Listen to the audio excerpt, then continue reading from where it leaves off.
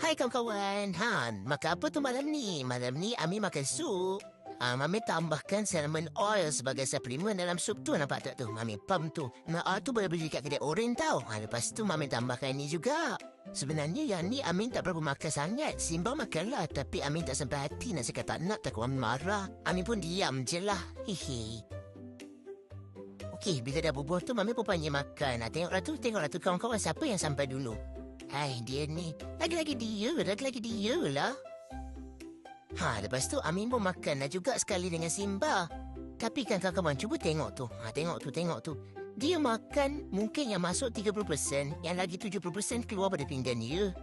Simba, makan elok-elok sikit. Penatlah Mami tu nak kena kemas-kemas lepas Simba makan.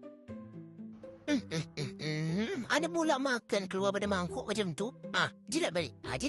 Pandai pun jilat balik. Tolong Mami tu. Jangan buat macam tu. Jangan kotor-kotorkan lantai. Tapi Abang Amin pun makan atas kapet. Hari tu Mami tunjuk. Lawan. Abang Amin cakap dia melawan. Tak boleh macam tu Simba. Abang Amin tak apa. Amboi dia tu.